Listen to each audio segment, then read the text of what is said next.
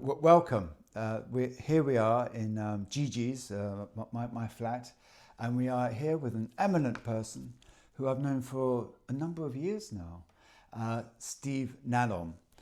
Now, Steve, you're known for many things, and your current focus is on your writing, which I'd like to discuss later.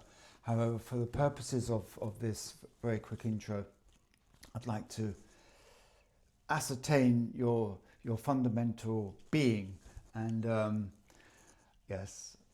So, to begin with, what do you do on an average day when you wake up? Wake up. Probably wake up about 6:30. It's quite early. Have very you always ear- woken up so Yeah, early? we always woke up early. Really? And then I lie in bed and think about what I'm going to do in the day, Oh, right. particularly first. And ideally, I get out of bed wanting to do whatever I've decided I'm going to do. Okay. So if you're writing, it might be finishing a project, or if I'm creating an image for promotion, it might be, I can move that image around or something. So then it's breakfast, which is muesli, very basic muesli. Okay. Then a visit to the necessary. We better Okay. mention that. Yes, of course. And then I start early, probably about 7:30, Right. and then work. So that might be some writing. It might be writing. It might be emailing. It might be going on the internet searching for contacts for the to promote the book.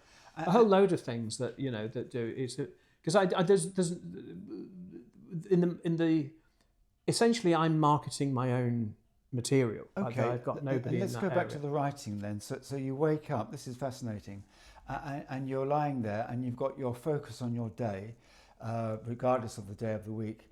And would you give yourself a goal of how many words to write? No, it's more of a matter of that passage I didn't finish last night.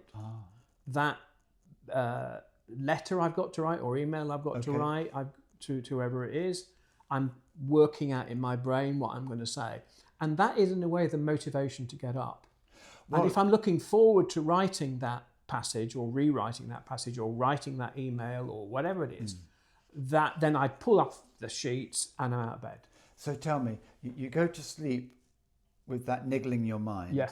You wake up having had your mind compute. Yeah, that's exactly during the right. night. Okay. Yeah. And then sometimes it decides to compute early, and I wake up at 2 a.m. Oh.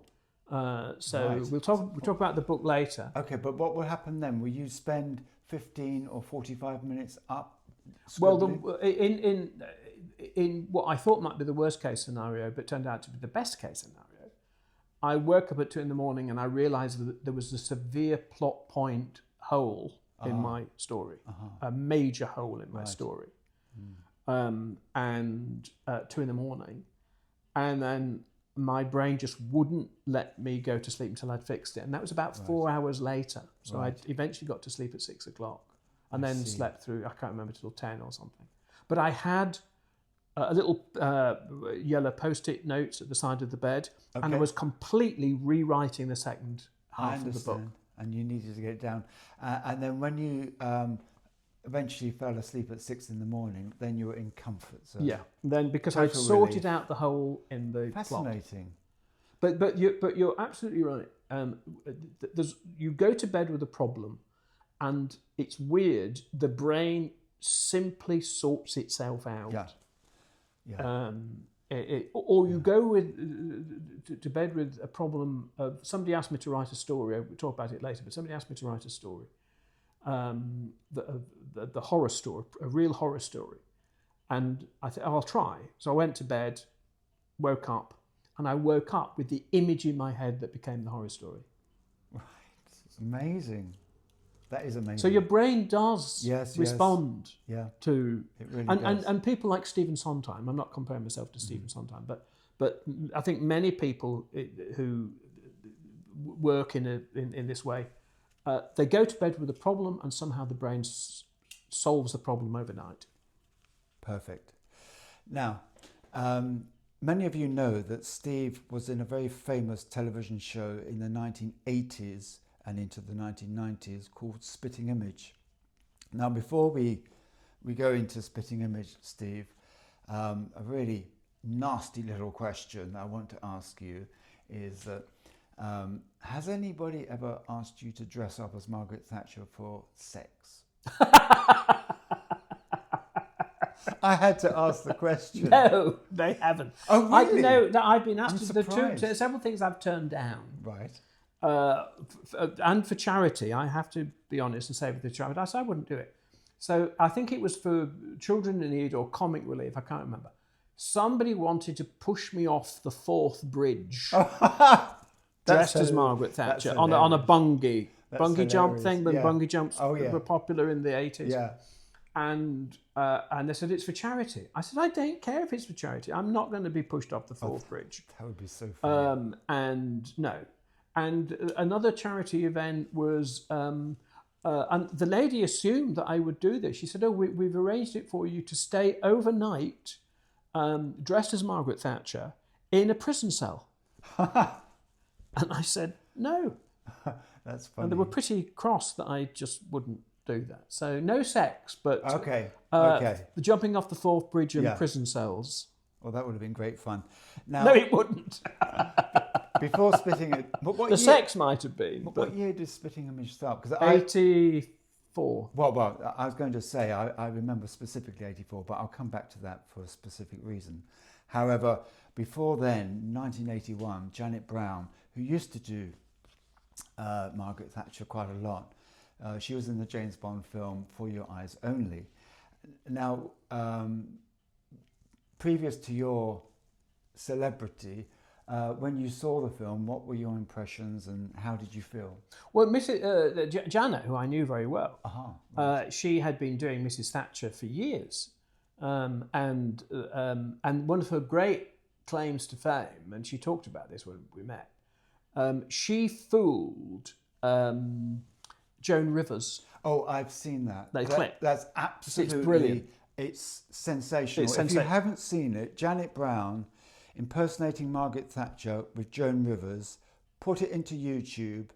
It's about 20 minutes long. 20 minutes long. It was for the Johnny Carson show. That's right. And it was, and they were, the husband was in on it. I can't remember the details, but Joan Rivers was fooled. And floored. Completely floored. Well, I think it was set in a first-class lounge in New York, in a aircraft, and there's no reason why they couldn't have met. It was a VIP. It was amazing. It's was amazing. And Janet, I met Janet at the theatre, right. and I went up to her and I said, "Hello, you don't know me, but my name is Steve Nallon." And she said, "Oh, Steve, how lovely to meet you." And then we did a series together called Cat's Eyes, where it was a children's show. Okay. And we got on very well. Right. And but going back to the James Bond film, it's very funny. I mean, it was in the days where Bond was funny. Not that Bond not being funny isn't good, but tongue in cheek. It was tongue in cheek. Roger Moore, and the only way to play. And there was a joke about a parrot, wasn't there? That she ended up talking to a parrot, I think, or something like that. And Dennis was there. And Dennis, John Wells, the lovely John Wells. Yeah. But no, Janet, and I also worked with Faith Brown, who did Mrs. Thatcher. But had you met Janet before watching the film? No. Because you were much younger then. No, I mean, I was at university when it came out, and I was a big Bond fan, so I went to see it. And it was a funny, she was great. And she looked like her. And the great thing about Janet was she was the similar age and looked far more like her. So you were at university. Had you begun to develop an impersonation of or an impression of Margaret Thatcher at that time? In fact, I'd been doing it on the Northern clubs from the age of from 1977 onwards. And I had a hat. Mrs. Thatcher in those days was famous for wearing a hat. So you were actually doing. So I had a hat. Right. And I couldn't get a rosette, so I drew Mrs. Thatcher myself. My grandmother created a rosette, so I had a hat and a rosette. And it went down. In the working men's clubs. In the working men's clubs. It must have gone down a storm. Oh, they absolutely loved it, and word got around. Right. That there was this guy that could do Margaret Thatcher. So when you saw the film, did you think, "Oh, I'd like to one day," Well, would I like to be in a Bond movie? As a Bond girl. Yeah, well, the Bond girl. Yeah. No, I don't think but bless her, Janet was an absolutely lovely lady. Yeah. And I was thrilled she was a Bond girl, and I don't know she'd have put it like that herself, being a Bond girl. But it was funny. It was great. Right. Let's go back to your schooling when you were a little nipper and you were growing up. Were you in any way academic, or what were your interests? I had to work hard. Right. There were lads at school. It was a grammar school. There were lads at school much cleverer than I was. But I wanted to do well at school because I wanted to go to university, and this was my one opportunity to. Okay. You know. So you had that vision and that drive, and did your who gave you that inkling to do I had that? no idea. Oh, okay. Because fine. it wasn't in the. Oh, so I was first generation. Self. So my family situation is complicated, but from the age of 14 I lived with my grandmother, who had left school at the age of 14. Okay, wow. Even 13 actually, I can't remember now. She had no education. She didn't really understand education. She was not against it, right? But she didn't really understand. And what the era education. are we talking about? 1974. Oh. When I was 14. But that was you. But your grandmother. Oh, she was born. School, oh, she was born before the Titanic sank. Oh, okay, fine. Edwardian. She was Edwardian. Yeah, okay, fine. I've got you. And she was, okay. and the that's teachers. Like most people. Well, the teachers were terrified of her because she's formidable. Oh, utterly formidable. Oh, wonderful. And I asked one of the teachers how formidable. Yeah. And he said we were terrified of her. I said, at what? He said it was at bowel movement level. Amazing, wonderful quote. Bowel movement level, because he was a woman that had lived through 2 world wars. Yes. And she did not suffer fools gladly. She Fascinating. was great for me. Fascinating. Yeah. But she didn't really get education. Okay. She was happy for me to go to university, but I think she would have preferred it had I got a job in a bank. And what were your favourite subjects at school? Art and mathematics. Well, that's different, isn't it? I mean, I was good at art. They don't really go together.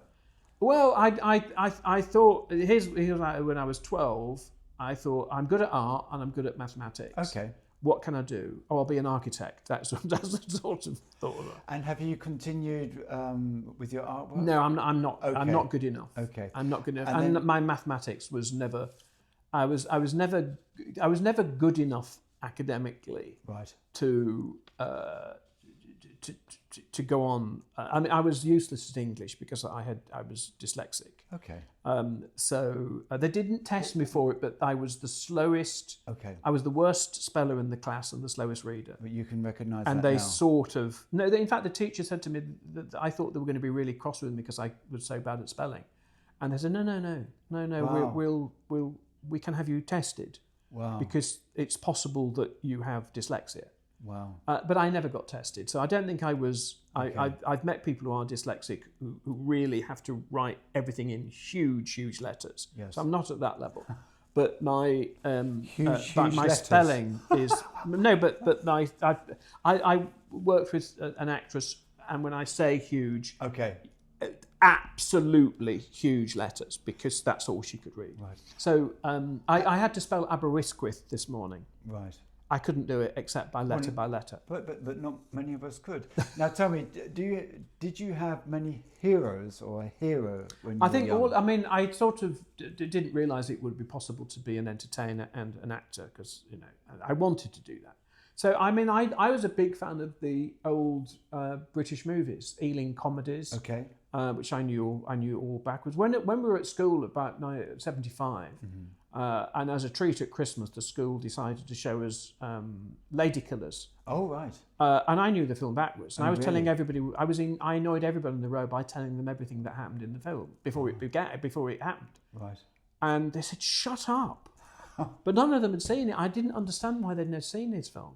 Because I'd seen it a dozen times by the time I was 15. Right. And I said, oh, this is where Frankie Howard comes in. This is where the little old lady goes back with the umbrella. They said, shut up. And I knew it almost scene by scene. Yeah. So I loved all those character actors. So that was quite an obsessive amount of times to watch the film. So it must have made such a great I think impression on you. that was because my auntie indulged me. My father was schizophrenic and not easy to live with. Oh, right. And could be potentially emotionally violent rather than physically violent, but he could also be physically violent. Oh, right. Did he take medication? Oh, yes, but he was in hospital. He was hospitalised and certified and all that sort of stuff. Not certified, he was sectioned.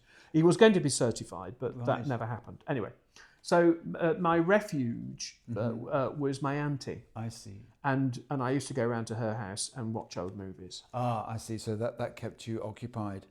And then you used to be able to lip sync and... Well, I got to know people, as very obscure actors, such as Finlay Currie and Cecil Parker and Richard Wattis. And at what point did you start to impersonate them? I started to impersonate Alistair Sim, who was one of my favourite actors, when wonderful. I was about... Centrinians, wonderful. Centrinians, and when I was about 12, I think, 10 or 12, because I loved his. And there's a film I think he's in called Laughter in Paradise, and there was, I think he uses the word time. Oh, and that he always had a little laugh in his voice, and but I began by time. I loved how he said the word time, and that's how impressions grow. You take one word, a little seed of one word, it sounds right, and then you slowly grow it into the whole voice. Interesting. And before you impersonated the celebrities, did you impersonate teachers at school? Oh, I did all the teachers. Yeah, I was known for that. You were known for that. I had no authority I was a prefect, like all sixth formers were prefects. I had zero authority. I'm just not built like that. But when it was raining and I was put in charge of a class, they all used to rush forward and make me do impressions of teachers. Really? Oh, how funny. And they were in hysterics. And the teachers saw this one day because there was a room I was in which was overlooking the where they all ate, and they said, "Oh, look at Steve! He's entertaining all the lads with his impressions." And did they enjoy it? Oh yeah, they loved it. The teachers liked it too. That's wonderful. So you went to university. Quickly, what did you read at university? English and drama, recommended by my English teacher at school. Okay, and you graduated. And graduated. And what was your first job? My first, I'd already become a member of Equity when I was 18 doing the Northern clubs. So I had my Equity card, which in those days was like a golden card. Of course. So when I arrived in the first year, and I didn't quite know how important Equity was. And somebody said, and we were talking about having a professional attitude to turning up on time and so on. And I said, well, I think it's about having a professional attitude. You turn up on time, you learn your lines. And she said to me, well, I don't think you can call yourself a professional until you've got an Equity card. And I said, well, I've got an Equity card. And that was the end of that conversation. Yeah. And then the word spread around the people in my year that I'd got an Equity card. So it was like gold dust in those days. Of course. It was a union. It was the union. It was a closed shop, Exactly, so you couldn't work without an Equity card. Sure. And you couldn't get work without an Equity card. It was a strange. What would happen? The Equity cards were available 2 a year from a rep. So for somebody who didn't have an Equity card, you could get a job as an ASM assistant stage manager or as an actor. And the reps were able to give out 2 a year. Interesting. That's why it was so rare. Maybe 4, but depending on the size of the rep. Lucky you. Oh, well, lucky me, yeah. So you went. So let's go now to Spitting Image. So my recollection is that I was at that time in the military, and it was always broadcast on a Sunday evening. Now, remind me of the time, because I've got a time in my head of between 9 and 10 o'clock. 10 o'clock. Oh, it was 10 o'clock. That's what I thought. That's what I remembered today when I was doing these sheets. And it was a dead slot. Nobody knew what to do with it. Oh, really? So the ITV had this dead slot that had no. But wasn't it Channel 4? No, it was ITV. Oh, was it ITV? Okay. And ITV had this dead slot. Oh, because Channel 4 wasn't there. Channel 4 had just arrived. Oh, yes. Just arrived. Yes. Been a year, I think, 2 years previously it arrived. But ITV had this dead slot, and they didn't know what to do with it.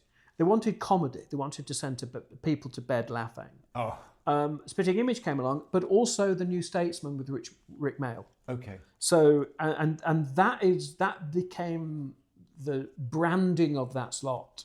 Sure. Send people to bed with a laugh at authority at 10 o'clock or 10:30 on a Sunday night. So I remember because on a Sunday, we'd all take the weekend off in the military, and I was at Catterick Camp then training, and I would rush back on the train wherever I was staying for the weekend, which was always a million miles away. But I would make sure I was back at 10 o'clock just to switch the TV on to watch Spitting Image. We'd all be in like 22-man rooms, and at the end we'd have the TV and we'd watch Spitting Image. Did you laugh? Oh, we couldn't stop laughing because, you know, there were all the politicians, and including Norman Tebbit, I remember distinctly, and of course Margaret Thatcher. Of course you have Margaret Thatcher. You've got to have Margaret Thatcher. Yes. We were very, Spitting Image were very rude to Margaret Thatcher. But I think it would have appealed to the military sense of humour, because there was a great one of my favourite sketches. I'm sure your lot would have laughed at this. Do you remember? I think it was called One Man and His Dog. There was a dog, dog training Yes. television program, and we had a version of One Man and His Dog with Ronald Reagan and Mrs. Thatcher as a poodle. Oh, I don't remember that. Oh, do you not remember it? No. Well, she ends up licking where dogs lick. I'm going to have to look that up. I've not seen it. It's very. Oh yes, there she goes. And Reagan pulls this face because she's, and of course it's a metaphor for. Yeah. I mean, there were such wonderful characters in those days. I mean, we don't seem to have them today. Well, we have them in different forms today, but we also invented characters. Right. And what I mean by that we historically that had been done by the wonderful Mike Yarwood. So Mike Yarwood had created a persona for Dennis Healey, who was the Chancellor of the Exchequer. Yes. Now, Dennis Healey was a bruiser. He was a really tough, swore a lot, rough guy, tough man. And Mike Yarwood invented this avuncular character who said silly Billy. Now, Dennis Healey never said silly Billy, ever. But Mike was great at creating personalities, loosely based on how somebody looked. And Dennis Healey, who I've met a few times, he realised how good this was for him. Yes. And Spitting Image did a little bit of the same. We often invented characters. There was the Liberal leader, David Steele, and in the pocket of David Owen. And we never recovered. Well, never recovered from that. And we had later on there was Kenneth Baker, who was I think a Tory Minister of Education and chairperson. He was portrayed as a slug. Did you ever meet Kenneth Baker? I did a programme where he was the presenter of a programme on satire. Oddly enough, he had a collection of 17th, 18th century caricatures. He was an expert on satire. Kenneth Baker was portrayed as a slug on Spitting Image. But I sense, because Kenneth Baker wrote quite a few books, that he had a sense of humour. Oh, he had a sense of humour. And he was a clever man. But I think he was a little bit sensitive to be portrayed as a snail. Oh, as you know what I mean? Yes, it was. I understand. He didn't like that very much. Sure. So anyway, they said to me he won't have his puppet on the programme. Right. And so I said, I'll do something for you, which they didn't use, which was Mrs. Thatcher saying, "Hello, Kenneth. How lovely to talk down to you. Wouldn't it be marvellous if I could have a little fight with you? We can slug it out as to who's best. Shall we slug it out?" And just kept as many references to the word. It's all been a bit of a slog. Should I say slug? It was, but they never used that. Now, one of my favourites is, and it's a miraculous repositioning of personality, is Queen Mother as Beryl Reid. Well, Beryl Reid looked like the Queen Mother. She was the same age as the Queen Mother. And we had no voice, literal voice for the Queen Mother, because the Queen Mother hardly spoke. She hadn't done an interview since 1933. Yes. So nobody really knew what she sounded like. And I said, well, why don't we just borrow the voice of Beryl Reid, because they look alike. You know, they're the same age and they look alike. And both like a gin. Both were known for having a cocktail at 6 o'clock, shall we say, maybe even more than one. And it worked. Some of those ideas never worked, you see, on Spitting Image. We had all sorts of... Nobody remembers Janet Street Porter as a germ in somebody's stomach. That did not work. They gave up on that. Really? And other ideas just didn't take off. In the same way, actually, you know, when you look at Barry Humphries, Dame Edna worked, yes. but over the years he had loads of characters he tried out and they didn't always work. Yeah. Les Patterson worked. My favourite Les Patterson.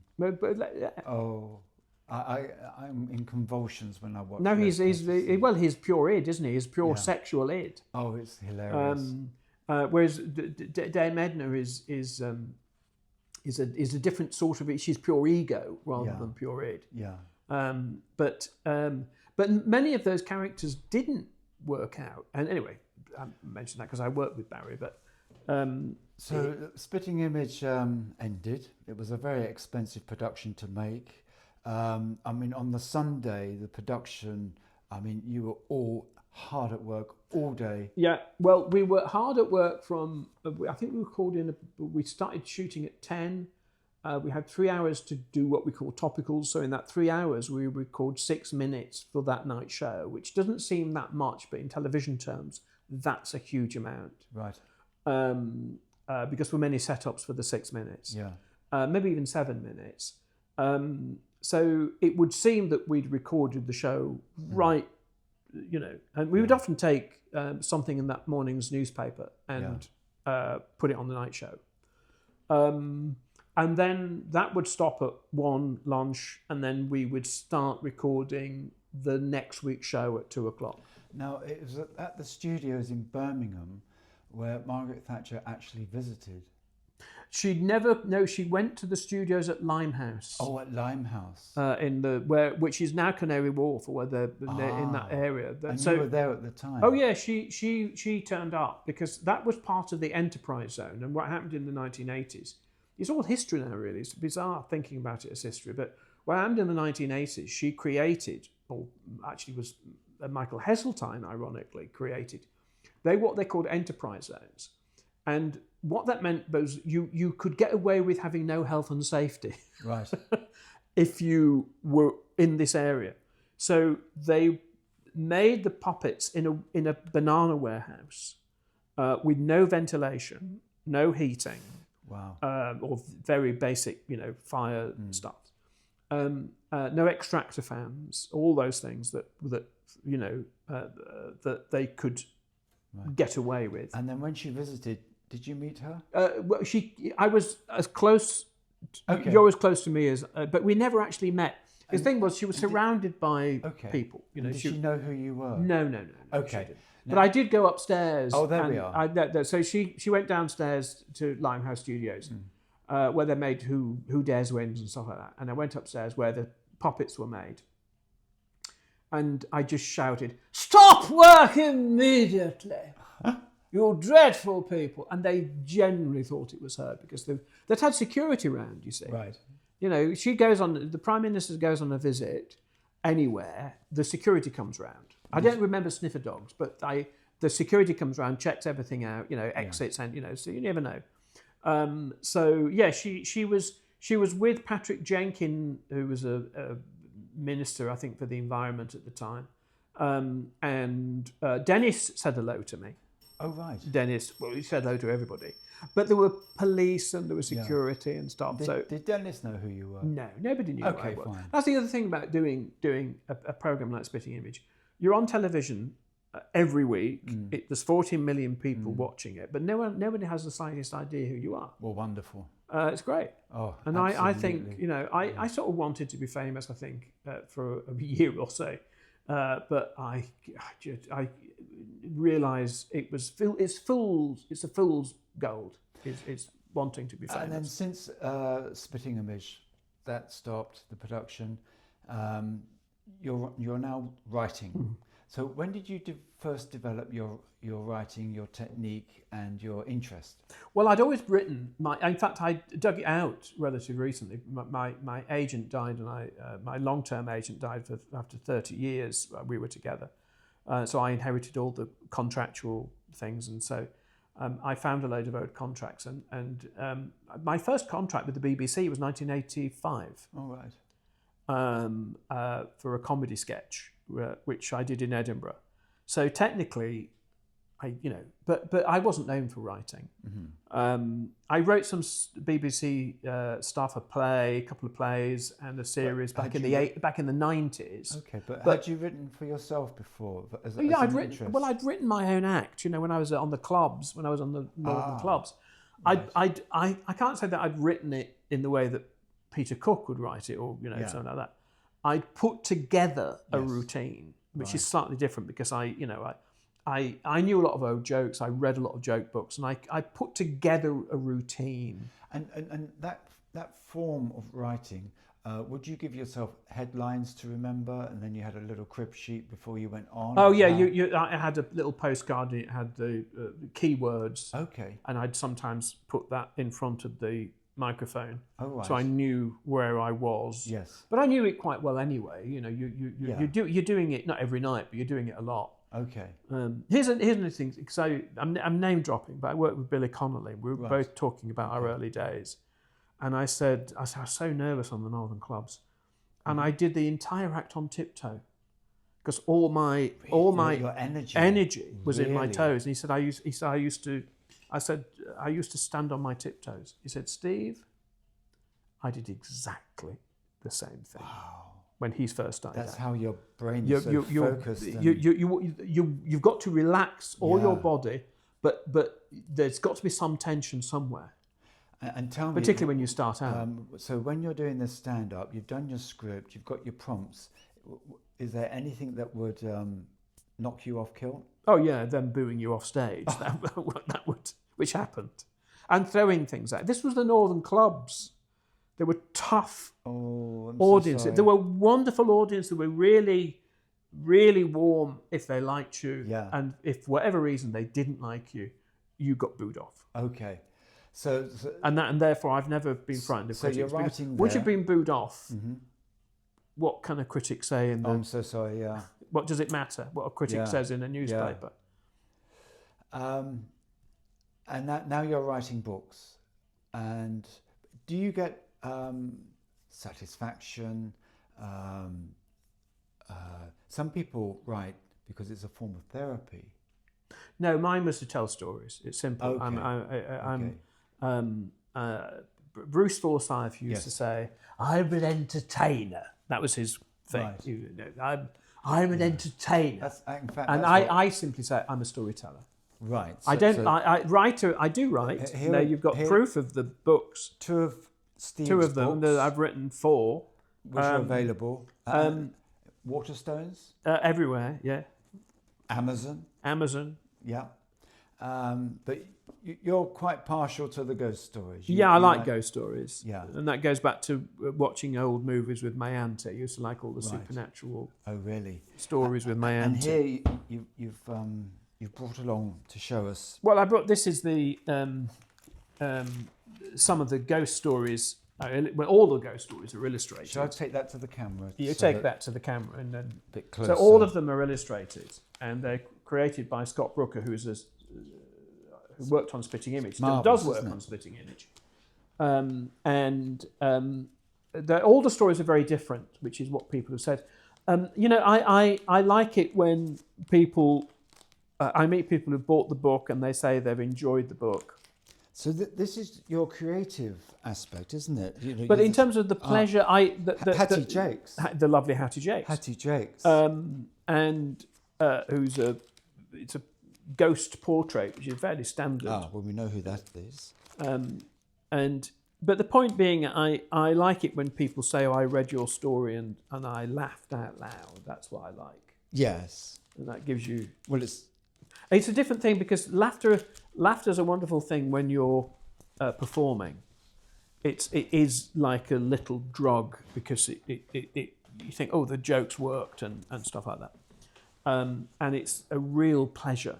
You get an adrenaline rush and a very or dopamine or whatever it is. It's a pleasure drug that you get in your head. And you go to these conventions sometimes and you sign your books. Sign books. And so is it nice to have this rapport with the people? Oh yeah, I mean, I met I've been to quite a few conventions, and therefore you meet the same people that have already bought your book. Right. And then one guy, I can't remember where it is in the book. Can I pick it up? Which one? The image there, and he said, "I've read all your book, all your stories." Right. I said, "Oh, right." And I said, "Did you enjoy them?" He said, "Yeah." And I especially liked that one, which is the Christmas ghost story. Okay. And he said, I read it on Christmas Eve. Oh, how wonderful. And I thought, isn't that lovely? Yeah. You know, that this guy, who's a young guy, 18 or something. Yeah. Oh, right. And he's a big fan of sort of old TV and old movies and stuff. And he said, oh, I read it on Christmas Eve. It's a lovely, lovely story. It's one of my ghost stories that isn't horror. Right. It's a redemption story. And I was thrilled that he'd spent Christmas Eve reading it. I think that, do you see that? You don't get the immediate rush of adrenaline or dopamine in terms of pleasure, but it gives you a different kind of satisfaction when somebody, where somebody has read it, you didn't know they were reading it, and then they say, you know, I really enjoyed it, and there's, you know, different stories, and some people will like others and whatever. And your approach to writing now, is it different to when you first started? I think I never wanted to write a novel because I didn't think I was a very good writer. And a friend of mine called Phil Eason, who's no longer with us, he said to me, Steve, maybe you're not a great writer, but you're a great storyteller, and that's rarer. Okay. You can fix the writing. Okay. You can rewrite. You can make it good. If you can't tell a story, you can't tell a story. You can't fix that. That is something I've learned, is that when I read stuff that other people have written, and I thought, well, this isn't well told. The plot points are all in the wrong place. You can't fix that. Because if you can't see what's wrong with it, you're unable to fix it. With writing, you can see what's wrong with it. I mean, the obvious things with writing is repetition of words. When you use a word or a phrase twice in succession without realizing it when you're writing. All writers do this. I heard Philip Pullman on the radio, one of his stories being read, and I thought, well, that's not very good, because he'd used the same word within close proximity. Yes. And it loses its impact. So, and normally an editor will find those, and normally you can find them yourself. Yeah. And that is it's just clumsy writing, or simply there are too many words in the sentence. And what's your impression of AI regarding? It's AI. AI knows what it knows, but it doesn't know anything else. Okay. And because it doesn't know anything else, it's the uniqueness of the else that comes from within. So you Hattie Jakes, right? Yes. Why is this a ghost story about Hattie Jakes? I'll tell you why. Because my friend Adam, a friend of mine, stays with me sometimes, lives in Cornwall, stays with me when he's working in London.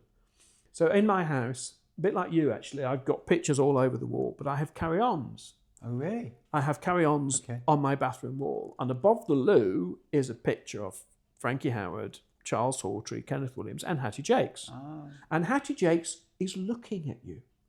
Right. And her eyes are following you. The eyes are following you. Okay. And he said, Adam came down and he said, I can't go. Because she's looking at him. I said, come on. Honestly, Steve. Wear a pair of sunglasses. You know, without being too graphic, he said, I've got it in my hand and it won't come out. So from that, My brain went, there's a ghost story. And a fascinating. comedy ghost story. Not Okay. So but you see, AI couldn't think of that. sure. There's no way AI... The other point about AI, sure. and this is a phrase I recently read, it's not my own. AI has 1 billion brushes, but there'll only ever be one Rembrandt. That's a very good phrase, isn't it? It's a very good perspective. Yeah. So its capabilities is enormous, but there's only one Rembrandt. There's only one Picasso. Only Rembrandt and Picasso have the uniqueness of Rembrandt and Picasso. Sure. And it is impossible for... Yes, of course, they can reproduce Rembrandts. They can reproduce Picassos. But they don't have originality, and they cannot have originality. So you don't feel threatened by AI? I don't, because... and you can't see it? Because I don't think AI can make the leap between Adam saying I can't go and the creation of a ghost story. Sure. So what AI can't do is take what happens in the real world, and this is what writers do all the time. They take what happens in the real world or something they've read in a newspaper, and in terms of fantasy or sci-fi or supernatural or horror, whatever, you then take it 10 steps beyond that and create a narrative from it. AI can't do that. AI can take a story by M.R. James, Edith Nesbit, and then write it in the it in that style. Yeah. But it cannot be original by definition, because all it knows is its billion brushes. Sure. Well, Steve, it's been wonderful speaking with you today and getting to know you better. We haven't got mentioned. The tile. Tile. Yes. So the big writing on. But this is the point. Yes. That I'm making, and that's why I mentioned it. Because we've talked about this before. Yes. So this book all happened because a tile fell. Yes. From my roof on my birthday, on my 50th birthday. Miraculously, it fell behind Steve. It missed me by 1 second. Well, a few seconds. It wasn't. It wasn't 1 second. Oh, and then I thought, and I asked the man, the roofer who came around. I said, "What would have happened had this tile hit me on the head?" He said, "Well, it's sharp. It's old slate. It's very heavy. They're very big. Well, it would have killed you." He said it would have chopped your head off. It would have cut into your head and cut you open. Nasty. And you would have died. Even if it had landed on your head, you would have died because it was so heavy. And so, and this isn't quite the way it happened, but I think I was slightly delayed coming back with my shopping. And had I not been delayed, I would have been hit on the head. And there was the story. Yeah. I thought, that's a really interesting idea. And therefore, swidgers are beings, human beings, but will have this special ability to sense the accident ahead of you and pull you back and stop you from having the accident. Right. To put time back as time should be. Right. To save you from the accident. Anyway, and I thought about how that would work. Fascinating. And the characters. Well, the publishers obviously did as well, so congratulations. Well, thank you. Well, thank you. And until the next time and my next guest, thank you very much. So I've got Ron Evans coming. You've got who? Ron Evans.